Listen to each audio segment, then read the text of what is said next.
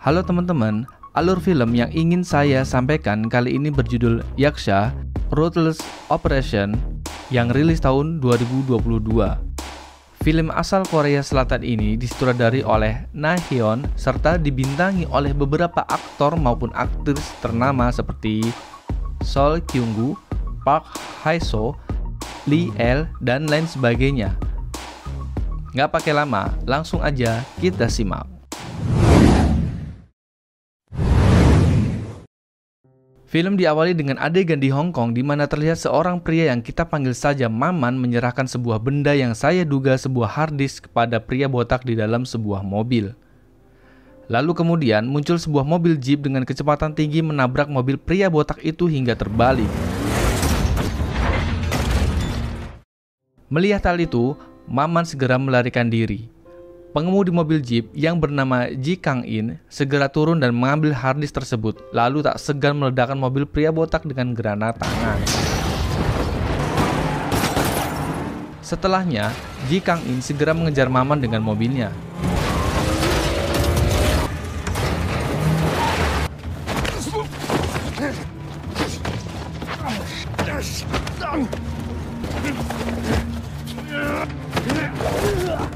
Menurut percakapan mereka, Maman diduga berkhianat yang mengakibatkan Ji Kang-in sangat marah. Kang-in menanyakan siapa dalang di balik Maman, namun Maman hanya bisa minta maaf. Setelahnya, Kang-in membunuh Maman dan melarikan diri dari polisi.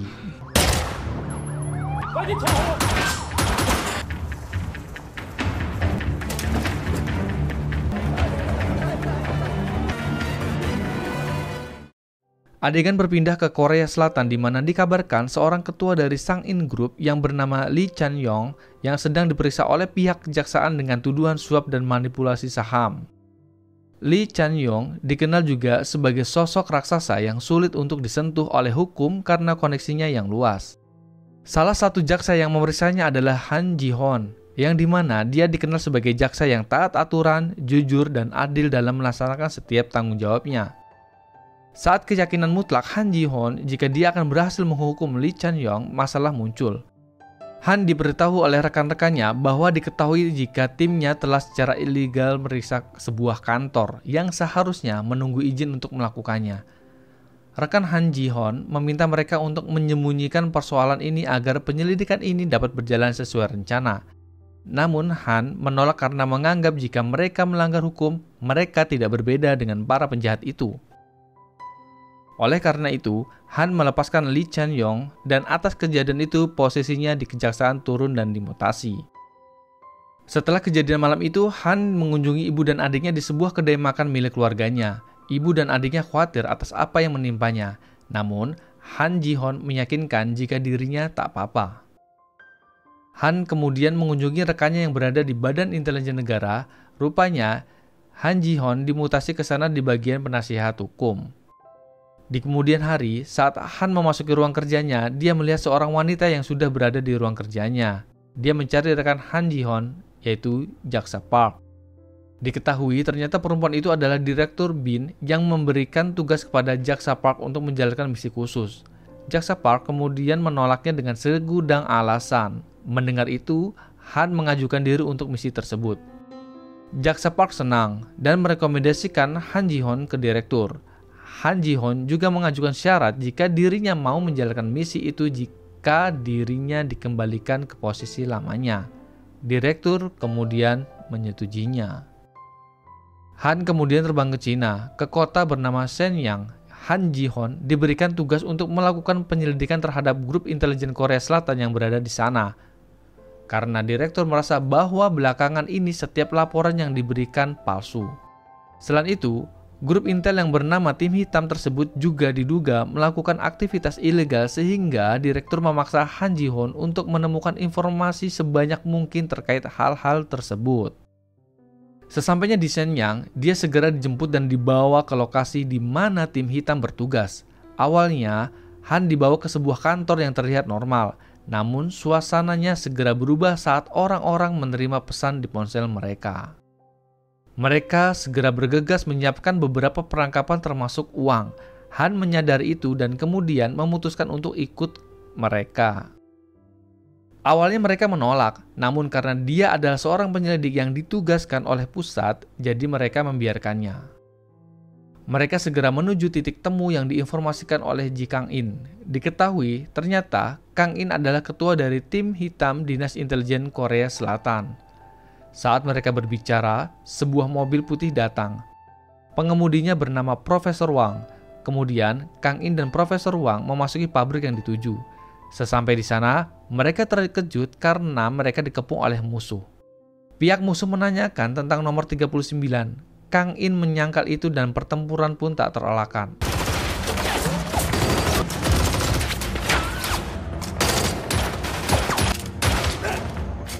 Kang In melepaskan pimpinan musuh, entah apa alasannya. Kemudian, JQ datang membawa Profesor Wang yang dia tangkap saat melarikan diri. Saat Ji Kang-in menanyakan kenapa Wang berkhianat, Wang berkata jika dirinya diancam terkait keluarganya. Seperti pengkhianat sebelumnya, Wang tidak bisa memberitahu siapa dalang di baliknya. Kang-in kesal dan ingin mengeksekusinya, namun Han menghalangi itu. Kang-in kesal dan meminta Hee-won dan Jung-dae untuk membawanya pergi. Setelah itu, Wang dieksekusi. Kemudian di dalam mobil, Han dibius oleh Jung-dae. Han kemudian terbangun dan keadaan tidak menggunakan pakaian. Di sampingnya pun ada perempuan dan beberapa obat-obatan terlarang. Sadar dirinya dijebak, Han melihat polisi mengetuk kamarnya dan memutuskan untuk kabur melalui jendela. Setelah perjuangan yang sulit, Han terbebas dari pengejaran dan bertemu dengan Ji Kang-in di bawah. Rupanya, Kang-in memantaunya dan memuji usaha Han. Kang-in kemudian menawarkan untuk menulis laporan baik tentang Han dan memintanya pulang ke Korea Selatan. Namun Han menolak dan bersikeras untuk tetap melaporkan apa yang dia lihat tentang tim hitam. Kang-in kemudian pergi dengan Han yang mengikutinya.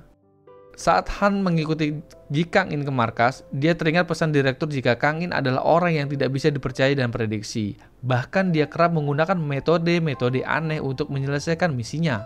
Namun karena dia selalu berhasil menyelesaikan misi, para petinggi cenderung membiarkan hal itu. Bahkan, Kang-in mendapat julukan Yaksa, yang artinya roh kejam yang memangsa manusia.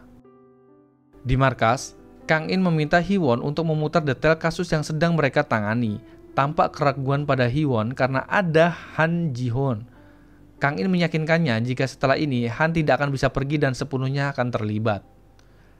Hee-won menjelaskan jika di depan sebuah bank Dongbae terdapat baku tembak yang melibatkan kedua kelompok untuk memperebutkan seorang tua bernama Moon Byung-uk. Kita panggil aja nanti Moon. Dari Partai Buruh Korea Utara. Hasil identifikasi dari kedua kelompok itu salah satunya adalah kelompok pengawal tertinggi Korea Utara dan kelompok lainnya belum teridentifikasi.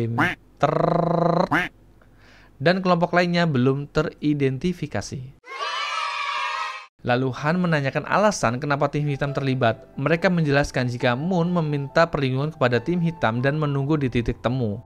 Namun, karena Moon tidak muncul sehingga kemudian terdengar kabar ada bentrok di depan Bank Dongbae. Akibat hal itu, hubungan antara Korea Utara dan Cina menegang karena nomor 39. Saat bentrok itu, Moon kabur dan diketahui jika Moon adalah seorang yang menempati kantor pusat Partai Buruh Korea Utara nomor 3 gedung nomor 9 atau biasa disebut nomor 39 yang mengatur mata uang asing dan mengelola dana gelap pemerintahan Kim. Infonya, dana yang Moon kelola adalah 4 triliun. Sampai sini jelas jika nomor 39 yang pasukan Korea Utara tanyakan kepada Ji Kang-in saat penyergapan di pabrik adalah Moon Byung-uk. Dan alasan penyergapan itu salah satunya adalah Korea Utara mengira kelompok Kang-in menyembunyikan Moon Byung-uk. Saat Kang-in dan Han sedang berbicara berdua, Hee-won menyampaikan manajer Hong mengabari jika Profesor Wang mendapat perintah dari pihak Jepang. Mereka bertemu di distrik Shita minggu lalu. Hee-won juga mendapat kabar dari agen Rusia jika seseorang sedang ditahan di Big Us Building atau Dainichi Electronic. Kang-in kemudian memerintahkan anak buahnya untuk bersiap. Kang-in dan Han Ji-hoon kemudian pergi untuk makan malam di suatu tempat. Di sana, rupanya Kang-in menemui seorang wanita dan mencari sebuah informasi mengenai keberadaan Moon Byung-uk dan keterlibatan seorang bernama D7. Han bertanya siapa wanita itu. Kemudian Kang In mengatakan jika dia adalah agen Korea Utara. Han bingung, namun Kang In menjelaskan jika dia butuh informan untuk memperlancar pekerjaannya. Adegan berpindah ke gedung DNC Elektronik di mana tim hitam menyamar sebagai petugas perbaikan saluran. Setelah mereka masuk, mereka segera melaksanakan misinya. Beralih ke kamar D7, sekelompok pasukan Korea Utara menerobos masuk dan melumpuhkan beberapa penjaga untuk menemui D7. Mereka menanyakan keberadaan Moon Byung-wook, namun saat dia bersikap sok keren, datang pengawal pribadi D7 dan langsung menghabisi anak buahnya. Setelah itu, pimpinan pasukan itu juga terbunuh. Adegan berpindah ke sebuah restoran di mana D7 sedang berbicara dengan beberapa orang penting. Kemudian terlihat Kang In dan Han Ji-Hon hadir. Terjadi pembicaraan di antara mereka. Tampak jika Kang In yang tidak menyukai D7 karena tindakannya beberapa kali hampir membunuh Kang In. Di sana, Han diperkenalkan sebagai agen Cina bernama Jiang Wen. Mendengar itu, Han langsung berakting dengan baik. Tentu hal itu membuat Kang In terkesan. Kang In selalu berterus terang menanyakan apakah D7 yang memaksa Profesor Wang untuk berkhianat. D7 tak menjawab itu. Kang In kemudian memberikan ancaman kepada D7 bahwa kali ini dia akan serius memberikan pelajaran kepadanya. Pada obrolan itu, D7 dan anak buahnya menerima pesan di handphone mereka masing-masing dan langsung bergegas ke suatu tempat. Tampak D7 tidak menyukai informasi itu. Kang In mengungkapkan kepada Han jika D7 adalah agen Jepang yang menyamar menjadi pelobi, dan Kang In juga menyatakan jika kali ini dia sukses mengambil sesuatu yang berharga dari D7. Adegan kemudian berpindah ke markas tim hitam, di mana mereka ternyata mengamankan putri dari Moon Byung-wook. Mereka tak mengira jika bukan Moon yang berada di sana. Tak lama, Hong datang dan memberitahu Kang In jika gadis itu kemungkinan disandra di D7 untuk memancing Moon keluar karena gadis itu ditangkap pasca bentrok di depan Bank Dongbei. Diketahui pula jika gadis itu dibesarkan secara diam-diam oleh Moon di Cina. Dia juga satu-satunya putrinya. Melihat JQ dan Jung Dae ingin menginterogasi gadis itu dengan kesetruman, Han tak tega dan menyerang mereka. Pertarungan pun tak terhindarkan.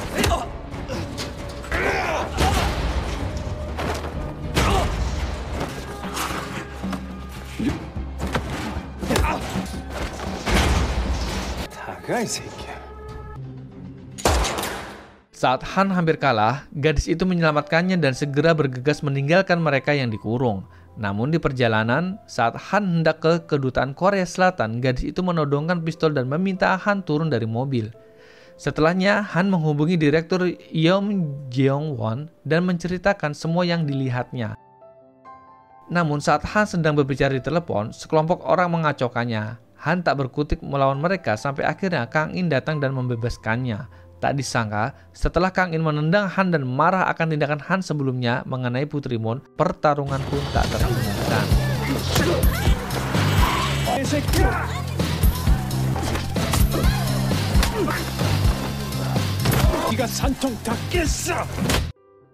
Setelah berkelahi, mereka lanjut makan dan menuju ke van. Enak, habis berantem makan. Di dalam van, mereka menemukan keberadaan anak Moon. Kemudian mereka bergegas ke sana. Tak disangka, di sana mereka malah menemukan Mumun.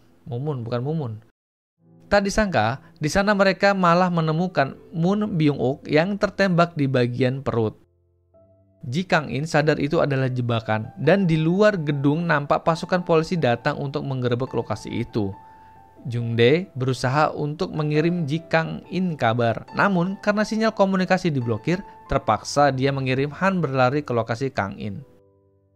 Pada saat napas terakhirnya, Moon meminta Kang In untuk menjaga putrinya, Ju-yeon, agar tidak jatuh ke tangan Jepang. Tim Kang In segera meninggalkan tempat itu, namun karena banyaknya polisi yang menggerebek, pertarungan pun tak terhindarkan. Berantem terus.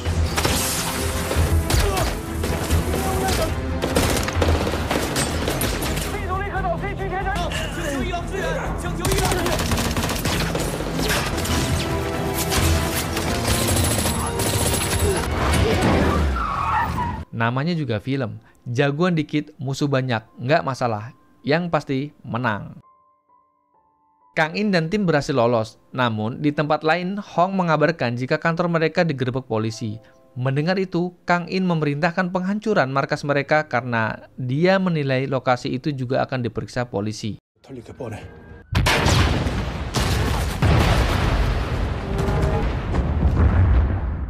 Hee-won menduga jika ada orang yang telah meretas sistem mereka sehingga musibah yang menimpa mereka malam ini terlalu sempurna.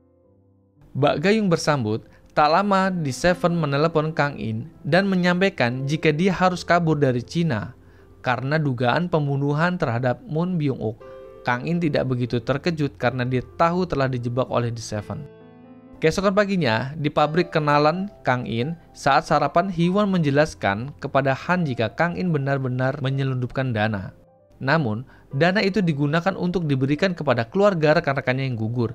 Terlihat, Hee-won dan teman-temannya sangat menghormati Ji Kang In. Adegan berpindah ke lokasi Ju-yeon yang ternyata sudah tertangkap oleh The Seven dan sedang disiksa agar mau memberikan lokasi barang yang dia inginkan. Namun karena Ju-yeon keras kepala, The Seven meninggalkannya dan membiarkan dirinya kembali disiksa. Di sisi lain, Kang In dan tim memperhatikan jika Ju-yeon telah ditangkap dan sedang ditahan di dalam konsulat Jepang. Mereka pun merencanakan untuk membebaskannya dengan langsung menerobos ke dalam konsulat Jepang. Mendengar itu, Han Ji-hon tidak setuju karena menerobos ke dalam konsulat Jepang adalah pelanggaran hukum. Namun, Ji Kang In bercerita jika mereka pernah membakar gedung konsulat Korea. Kang In menceritakan jika 4 tahun yang lalu, kedua Korea sedang dalam perundingan tingkat kerja rahasia di Hong Kong. Melihat itu, Jepang berusaha menghalangi keduanya bekerja sama karena bisa menjadi ancaman bagi Jepang. Jepang akhirnya berhasil menggagalkan pertemuan itu dengan mengakibatkan 3 rekan Ji Kang In mati dan sisanya dia sendiri yang bunuh. Karena orang yang dia bunuh adalah mata-mata Jepang di agen Korea Selatan. Kang In juga menceritakan jika Moon adalah seorang mata-mata Jepang untuk Korea Utara. Namun, karena Moon Byung-uk berusaha mencari suaka dengan imbalan informasi rahasia, dia dibunuh. Tak hanya itu, Jepang yang telah menangkap putrinya, Ju-yeon, juga akan membunuhnya jika informasi rahasia itu berhasil didapat. Ji Kang In akhirnya melancarkan rencana penyelamatan Ju-yeon. Dengan berbekalkan sekeranjang tikus, mereka mengecoh pertahanan konsulat Jepang dan berhasil masuk. Setelah berhasil masuk dengan cara meledakkan lantai, tim Kang In berhasil membebaskan Ju-yeon. Namun, karena keberadaan musuh yang banyak, sekali lagi mereka bentrok. Ribut terus. Panggil guru BK.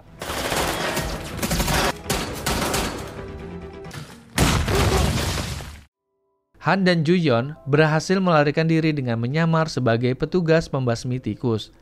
Di dalam mobil, Ju-yeon menceritakan jika ayahnya telah lama bekerja sebagai mata-mata Jepang. Ju-yeon pun kerap membantu ayahnya secara rahasia.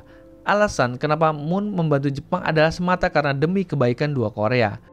Namun faktanya, hal itu hanya menguntungkan pihak Jepang. Dia merasa ayahnya telah tertipu dan memutuskan untuk tidak lagi menjadi boneka Jepang. Moon Byung-uk memiliki daftar seluruh mata-mata pihak Jepang yang ada di seluruh Asia Timur dengan jumlah 107 orang. Bahkan, daftar itu berisi informasi rinci dari setiap misi, perintah, dan laporan. Saat ini, hanya Ju-yeon yang dapat mengakses data tersebut. Di sisi lain, The Seven berhasil melacak keberadaan Han dan Ju-yeon. Melihat itu, The Seven segera memerintahkan seluruh agennya untuk melacak Han dan Ju-yeon. Kemudian, Han mengajak Ju-yeon untuk bersembunyi di tempat Eleven. Setelah itu, Han menghubungi Ji Kang In dan memberitahu semua yang Ju-yeon ceritakan. Han juga menceritakan jika dia menduga lokasi mereka bocor karena sebelumnya dia melapor ke Direktur BIN Yeom Gyeong-won. Ji Kang In segera curiga, namun saat Kang In sedang serius, tiba-tiba dia didor dari belakang oleh Hong. Kang In kaget melihat Hong seperti itu. Lalu, pertarungan terjadi di antara mereka.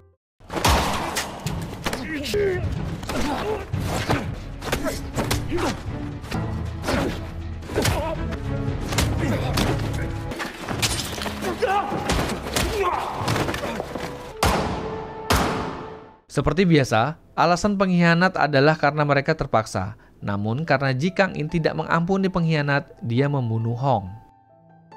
Di sisi lainnya, saat Han berbicara di telepon dengan Kang-in, dia dikejar oleh anak buah D7 dan berhasil ditangkap. Ji Kang-in yang terluka melarikan diri ke kekasih Korea Utaranya. Setelah dia membaik, dia dan timnya segera mengambil senjata dan menyerbu ke arah musuh. Adegan berpindah ke Direktur Yeom yang sedang berbicara dengan D7.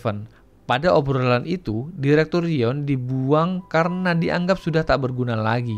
Saat Direktur sedang merenung, tiba-tiba muncul truk besar dan langsung menyenggol mobil Direktur hingga terguling. Ternyata itu adalah kelompok Kang-in yang melakukannya. Kang-in segera mendakwa Direktur Yeom dan mengamankannya agar dia dapat bertanggung jawab atas tindakan pengkhianatan yang telah dilakukannya. Setelah adegan itu, Kang-in ditelepon oleh kekasihnya dan menyampaikan jika Han ingin bertemu. Han meminta Kang-in untuk mempercayainya. Di titik temu, saat mereka berhadapan, Han langsung menembak Kang-in sehingga dia terkapar penuh darah. Rupanya, Han dipaksa membunuh Kang-in dan menyerahkan Ju-yeon dengan imbalan ibu dan adiknya selamat. Han terpaksa mengikuti maunya D7 demi keluarganya. Han dan Ju-yeon dibawa ke pabrik Cina milik Jepang. Di sana, Ju-yeon diminta untuk mengakses server di mana data mata-mata itu disimpan. Di saat yang sama, Jae-kyu sudah di sana dan sedang memasang peledak untuk membuat kekacauan. Diperlihatkan jika tim Kang-in semuanya hadir kecuali Hong yang telah tewas. Kang-in pun dikonfirmasi masih hidup. Rupanya adegan Han menembak Kang-in sudah direncanakan antisipasinya. Oleh karena itu, Han dan Kang-in berhasil menipu D7. Melihat Kang-in masih hidup, D7 kaget dan memaksa Ju-yeon untuk terus mengakses data tersebut. Saat dia telah selesai pada tugasnya, Ju-yeon juga dipaksa untuk menghapusnya. Namun, saat file itu hendak dihapus, Kang-in segera menembak D7. Pertarungan berlanjut. Saat Seven dan Kang-in bertarung, Han dihentikan oleh pengawal pribadi D7. Mereka pun juga bertarung. Namun saat Han akan kalah, Jae-kyu muncul dan membunuh pengawal D7. Kembali ke pertarungan Kang-in, terjadi ledakan di pintu masuk ruangan mereka. Tidak ada yang berani masuk karena api yang besar. Namun, tanpa pikir panjang, Han masuk untuk menolong Ji Kang-in. Pada pertarungan itu, Kang-in hampir kalah. Lalu Han masuk dan menembaki ruang sekitar D7. Pada akhirnya, D7 juga menembak Han. D7 akhirnya berhasil mendelete file itu, tetapi rupanya sistem itu diatur untuk secara otomatis mengupload file ke seluruh badan intelijen di Asia Timur jika datanya dipaksa dihapus. Melihat itu, D7 murka dan bermaksud membunuh Ji Kang-in dan Han Ji-hoon.